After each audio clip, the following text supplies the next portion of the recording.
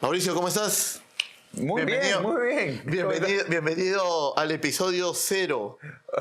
Es el 0. Este es el 0, O sí. sea, lo vas a sacar. Sí, bienvenidos al episodio 0 de Vive Tech, Vive Simple. No sabemos qué va a pasar, Pero va a pasar. pero acompáñenos a ver todo lo que pasó de este episodio 0. Adelante.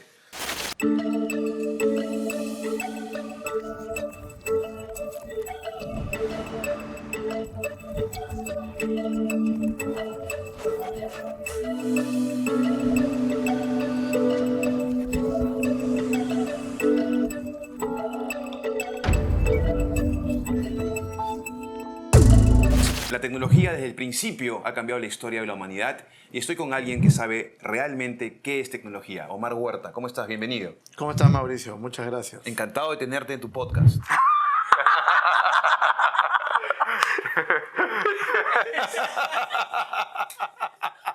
¿Cómo estás? ¿Todo bien? Bien, bien. ¿Cómo te trata la vida? Muy bien. ¿Por qué? Porque vivo tech, vivo simple. Qué bueno. Oye, vivir simple es quizá el propósito o digamos, el horizonte de todo ser humano, ¿no? Yo creo que sí. Y por eso es que la tecnología tiene que ayudar al ser humano a vivir mejor, a vivir más simple. El problema es que mucho se complica la tecnología por los mismos vendedores de tecnología.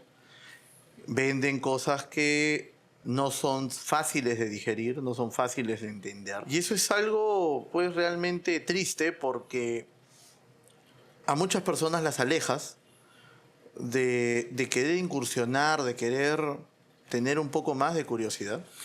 ¿Qué crees Sobre que esto. aleja a una persona de la tecnología?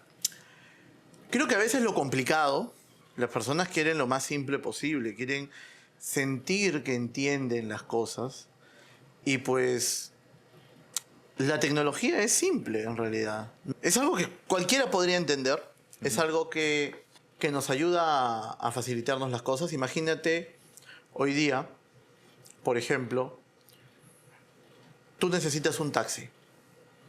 Sacas tu celular, abres la aplicación de taxi, la que quieras, y pides un taxi. Si yo te contara todo lo que está detrás para que tú puedas hacer eso, te aburrirías. Claro. Pero, ¿qué es lo que tú quieres hacer? Solamente quieres movilizarte del punto A al punto B. Y tienes muchas opciones, entre ellas usar un aplicativo de un taxi y pedir un carro a donde tú te encuentres. Te demora unos minutos y voilà, por arte de magia, llegó un taxi. ¿Y tú cómo estás metido en el tema de la tecnología? ¿Cuál fue tu primer encuentro con ella? Hace varios años atrás, cuando tenía 7, 8 años, en mi casa había una computadora, una 386, y... Así como Así es, sí. Ah, ahora lo entiendo todo. Claro. Había una 386 en casa que en ese momento funcionaba con MS-DOS. Dicho sea de paso, la computación para niños no existía en ese momento. Estoy hablando ¿Qué año? año 92, 93, 1992, 93. Y pues tampoco había internet, no había YouTube. Estaba muy lejos todavía de existir. Pero lo que sí tenía eran libros. Libros sobre DOS, tenía libros, ¿no?, que todo el mundo compraba porque si tú tenías una computadora tenías que tener varios libros para poder saber operarla. Yo ya sabía leer, así es que me puse a leer, me puse a investigar, a entrar, usar comandos y poco a poco empecé a utilizar y lo único que yo quería hacer era jugar.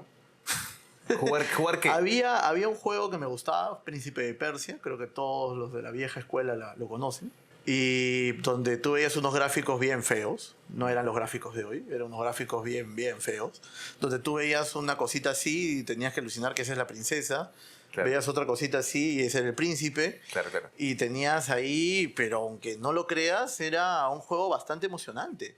Tenía un sonido bastante básico para lo que hoy tenemos.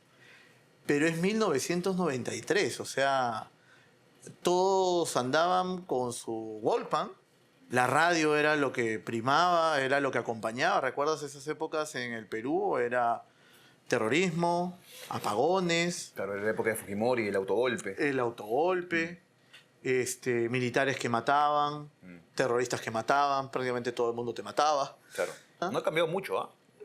Han cambiado los Yo protagonistas. creo, yo Omar. creo que sí, yo creo que nosotros hemos cambiado solo protagonistas, pero la sociedad ha seguido siendo la misma, ¿no? O sea, al final... De ese momento en el que tú te encuentras con 386 la computadora, a este momento, han pasado 25, 28 años, Sí. más o menos. Yo creo que un poco más, ¿Qué ¿ah? crees que ha pasado? ¿No? No, yo te veo bastante joven, ¿ah? Yo creo que un poco más, yo creo que un poco más. Te veo bastante joven. Es porque duermo mis horas, duermo 10 horas diarias. No, sí, lo sabemos, lo sabemos.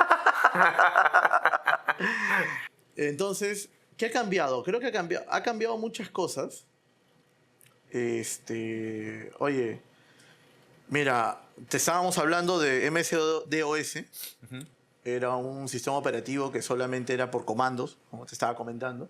Y ahí pues el Windows, ¿no? O sea, el Windows que Microsoft lanza 94, lanza la versión 96, lanza la versión Windows 95. Porque hay otras versiones anteriores que no, la verdad es que no valen la pena mucha mención porque los gráficos eran feísimos. Pero Windows 95 fue una revolución, fue un gran cambio. La integración con el Internet, ya eso pues generó que a fines de los 90, principios del 2000, tengamos uno de los primeros cambios gigantes a nivel de la industria, el Internet. O sea, como dijo Bill Gates, el que para el año 2010 no esté en Internet no existe. Claro. No existe. Y hacia el ahí año... quiero hacer un punto. Ajá. En toda historia humana existe siempre un antagonista, ¿no? Tienes Nike, Adidas, tienes Saga Falabella, Ripley, Pepsi, Coca-Cola y demás. Tienes a Steve Jobs y Bill Gates. Y Bill Gates, sí. Yo te veo más Bill Gates. La pregunta es, ¿por qué? Creo que crecí bajo, o sea, teniendo como uno de mis grandes referentes a Bill Gates, hasta ahora. Creo que es un genio de la tecnología de nuestro tiempo. Han aparecido nuevos genios, obviamente. Tienes a Elon Musk. ¿Pero por qué más Más no creo, pero han aparecido ¿Pero por qué más otros que, genios. ¿Pero por qué ¿no? te gusta más que Steve Jobs? ¿Qué tiene que no tenga Steve Jobs? Yo creo que si bien es cierto, en esa época hubo dos antagonistas, como dices, Gates tuvo la visión de hacer una compañía de la cual prácticamente el 80-90% de la humanidad depende de ellos. Caso contrario, en el caso de Apple, no más del 2% o 5% de la población mundial usa un producto Apple. Y hablamos de que la gran mayoría utilizamos Windows. Todos utilizamos Windows de alguna forma. ¿Por qué es más importante Windows? ¿Qué tiene Windows que no tenga? Windows lo que creo que hizo fue ser un estándar. Aunque cometieron errores después, porque no es estándar, por ejemplo, en los móviles. En los móviles tú tienes Android, tienes Windows en portátiles, en computadoras de escritorio, tienes productos de Apple que algunas personas consumen, ¿no? Yo en algún momento consumí también algunos productos de Apple. Pero si nos enfocamos realmente en soluciones para el trabajo, los grandes fabricantes como HP, como Lenovo, como Dell, como Asus, tienen un estándar con Microsoft. Es más, la industria se mueve con Microsoft. En una gran minoría se mueven un poco con Linux a nivel de servidores, que por eso te decía que es un poco aburrido esa parte. Pero 90% prácticamente del mundo se mueve con Windows, desde tu casa hasta el trabajo, ¿no? Y pasando por las academias, las universidades, institutos, todos utilizan Windows. Entonces, yo creo que también fuera de ello, o sea, Bill Gates es un tipo que hoy día es filántropo. Yo creo que la filantropía, él decidió salir de Microsoft, bueno, por otras cosas que pasaron, el juicio, por monopolio, etcétera, que hicieron que una persona tan talentosa y visionaria en su momento dijera, bueno, hasta acá nomás y me dedico a devolver todo este dinero que yo he ganado, me lo dedico a devolver, pero de una forma inteligente. Claro. Proyectos, no cualquier proyecto social, en lugares donde realmente no hay inversiones. Estás hablando de África, combatir males, aunque siempre va a haber buenos, malos, o sea, para todo el mundo siempre va a haber alguien bueno y alguien malo. Para mí es un referente, del mercado y creo que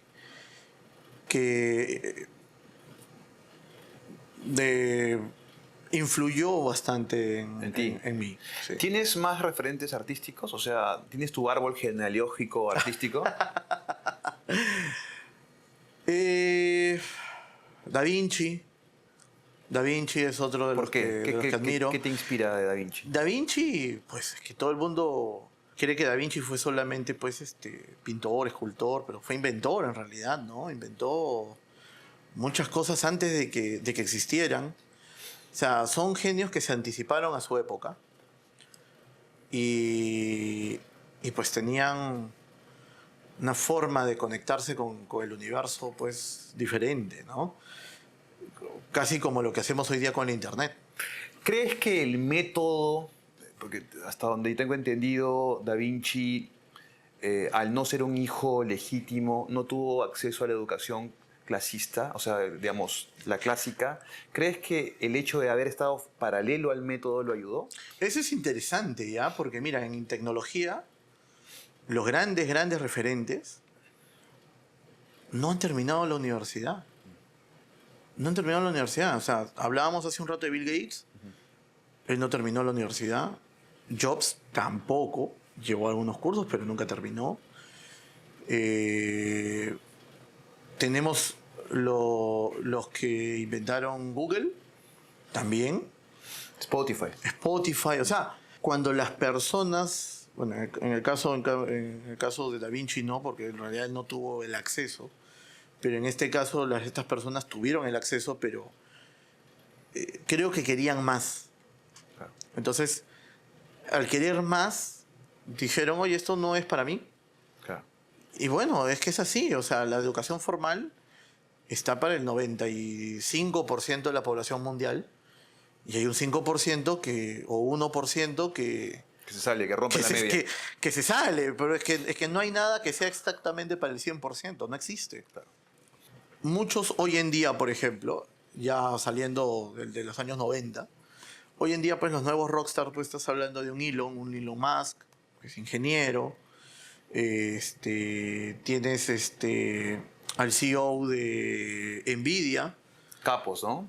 a la CEO Lisa Su, CEO de Pero AMD. ¿El éxito de Nvidia es solamente por su capacidad o por el contexto en el que se desenvuelven a nivel político y social, como Estados Unidos, ¿no? No. O sea, ¿qué empresa puede crecer tan rápido? Digamos, si pones Nvidia en el Perú, ¿podría crecer así de rápido? A ver, lo que pasa es que, obviamente, Nvidia no es que nació ayer. Claro. Nvidia nació hace muchos años atrás, igual que AMD. Yo creo que el éxito es que la tecnología cambió. La forma en que consumimos tecnología cambió. Y esta explosión de la inteligencia artificial basado en los LLMs, los Large Language Model, genera que los dispositivos, las computadoras, los servidores donde se genera esto, tengan que tener capacidad de procesamiento, y esa capacidad de procesamiento se hace a través de la placa gráfica. Entonces, por ejemplo, si tú tienes un equipo hoy que hayas comprado hace 3 años, estoy muy seguro de que si tú quieres hacer un trabajo pesado en Excel, por ejemplo, un trabajo pesado con datos, con un Power BI, o simplemente quieres hacer una analítica, no te va a correr. Y no te va a correr no porque sea un mal equipo, no te va a correr porque simplemente no tiene las características para poder, por más que tenga mucha memoria, por más que tenga el superprocesador. Y es por algo simple. Es muy simple. La placa gráfica. Claro. La placa gráfica hace todo ese trabajo matemático que se usa cuando trabajas con muchas fórmulas matemáticas o con muchas fórmulas de Excel, etc. Entonces, eso es algo que a veces los vendedores de computadoras no entienden. Claro. Y asesoran mal a los clientes. Y en vez de que la tecnología se haga simple, termina siendo un dolor de cabeza. Termina generándote frustración. Nosotros, cuando empezamos en 386, buscamos ese tema de cómo llevamos esta tecnología y la hacemos simple. Cómo le damos la herramienta adecuada de computadora al cliente para que ese trabajador, que puede ser un Mauricio, puede ser acá los señores que del backstage, ¿no? ¿Cómo están? Puedan trabajar sin tener que pensar, ¿mi computadora funcionará? Claro. Y ese es el gran problema que resolvemos. Tú quieres hoy día tocar el tema de la gestión tecnológica, ¿no es cierto? Claro, por eso es que íbamos hacia el activo. Entonces, imagínate tú siendo Mauricio, que tiene a Cultura Pop, y que en Cultura Pop tiene 50 personas trabajando en diversos roles. Diversos roles. Desde el diagramador, el filmador, el camarógrafo, después va una computadora, el que edita, ¿no? Entonces, cada uno de ellos necesita un dispositivo, una computadora, que puede ser de escritorio, puede ser portátil, habría que ver el estilo de trabajo, en donde pueda desarrollar sin problemas su talento. Porque realmente la computadora, volviendo a lo que dijo en su momento ahora Steve Jobs, la computadora es como una bicicleta para el cerebro. Claro. Porque nos ayuda a hacer las tareas. Y hoy en día, con los asistentes de inteligencia artificial, más todavía. Claro. ¿No? Entonces, al tener no 2 ni 5, sino 50 dispositivos, tú necesitas saber cuánta productividad te está dando esos bienes de capital. Para tomar un término económico. Porque la computadora al final no es una computadora, es un bien de capital cuando trabajas en una empresa. Y tú como empresario lo sabes. Entonces, esos bienes de capital tienen que tener un control, tienen que tener una gobernanza. Y tienes que saber que estén funcionando en todo momento. Que cuando acá el señor camarógrafo se vaya a su casa, se conecta de su computadora, tú tienes que saber que realmente ese señor ha estado trabajando en los software que tú has invertido para que ese señor trabaje, ¿no? ¿Y cuántas horas está trabajando realmente? Te puede dar su entregable. Y lo otro es que no esté exponiendo tus datos. Claro. Hoy en día, con la inteligencia artificial, hay un debate sobre hasta dónde podemos nosotros saber qué es real y qué cosa ha sido hecho por inteligencia artificial. Claro. Y cuánto de esta creatividad de la inteligencia artificial es usurpación de copyrights.